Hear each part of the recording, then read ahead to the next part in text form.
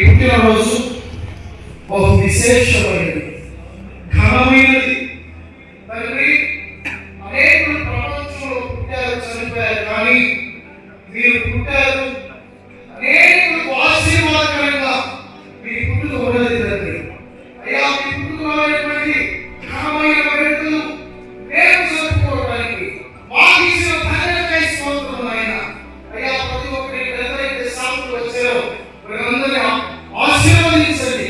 నిండు ఆరోగ్యాలు కలుగుతారని ప్రార్థిస్తున్నాం. అయ్యా, అలాగే శ్రేష్ఠులైనటువంటి దైవజనులకు, అలాగే అధికారులకు, నాయకులకు నీ కృప కలుగునుగాక.